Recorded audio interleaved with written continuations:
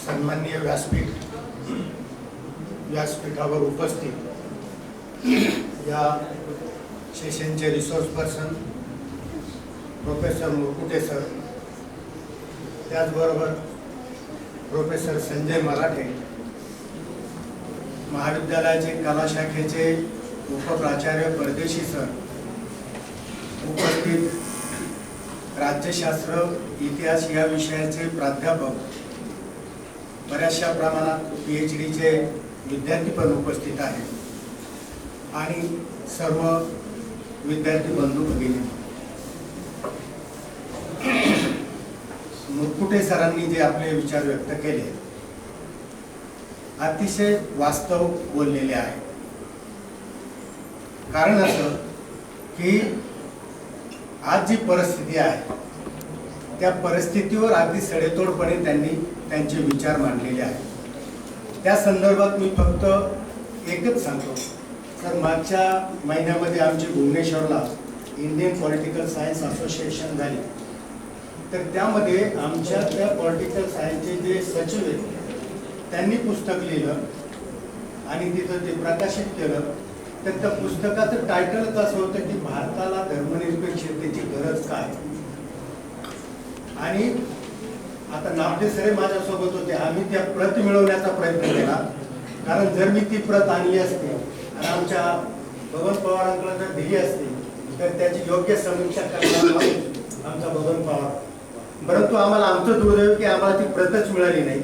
मग त्यांनी ते जाणीवपूर्वक कसं केलं की काय माहीत नाही, पण हे अंधभक्त जे आहेत हे अंधभक्तांची संख्या प्रचंड वाढत चाललेली आहे आणि त्याचा फटका आता जे समजा काही PhD करतायत, काही PhD झालेत या विद्यार्थ्यांनाही फार मोठ्या प्रमाणात बसलेला आहे।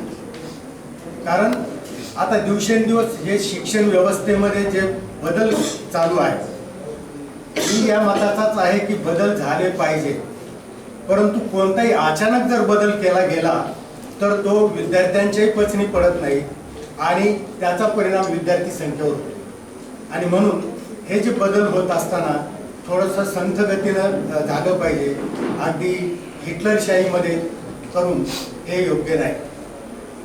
दुसरा मुद्दा मराठे सरांनी जो मांडला की आता PhD करण्यासाठी विद्यार्थ्यांना ज्या काही बार्टी आहे, सारथी आहे, महाज्योती आहे, अशा वेगवेगळ्या ठिकाणावरून काही त्यांना अनुदान मिळतं। आता हे अनुदान खरं तर मिळालंच पाहिजे, परंतु हे कुणाला मिळालं पाहिजे तर जे गरजू विद्यार्थी आहेत ना त्यांना मिळालं पाहिजे। काही विद्यार्थ्यांचे विषय आता मला माहित आहे, सारडा कॉलेजला जवळपास 110 विद्यार्थी, आमच्या सोमया सेंटरला 100 पेक्षा अधिक विद्यार्थी, हे सगळे विद्यार्थी माझ्या क्लोज आहेत।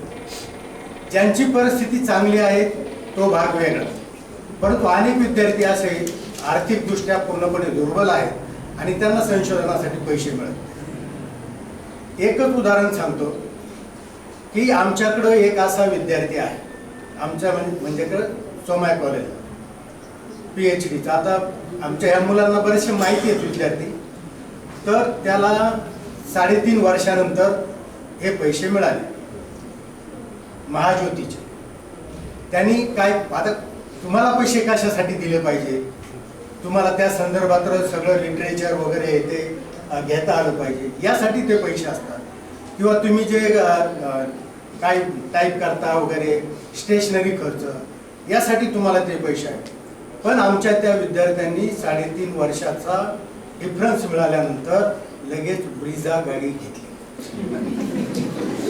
हे किती वाईट आहे। आणि म्हणून जे आमचे PhDचे विद्यार्थी आहेत मी त्यांना नेहमी बोलत असतो की तुम्ही काय करा, तुम्हाला जे पैसे मिळतात त्या पैशाच्या तुम्ही काय घ्या, किती पुस्तकं घेतली किंवा कोणते तुम्ही काय मासिक साप्ताहिक काय लावले का, वर्तमानपत्र काही तुम्हाला घ्यावे लागतात का, तर अशी परिस्थिती त्यामध्ये पण। आता ज्यांना ते मिळतंय त्यांनी इतर ठिकाणी सर्व्हिस करू नये, म्हणजे अगदी ग्रँटेबल CHBला म्हणा किंवा काही ती करू नये।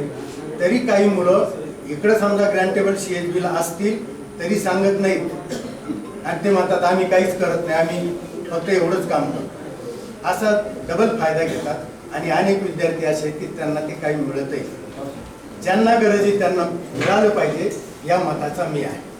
असो, वेळ भरपूर झालाय. या संयोजकांनी आम्हाला इथं बोलवलं, आमचा सत्कार केला, त्यांचे मी आभार मानतो आणि थांबतो. धन्यवाद.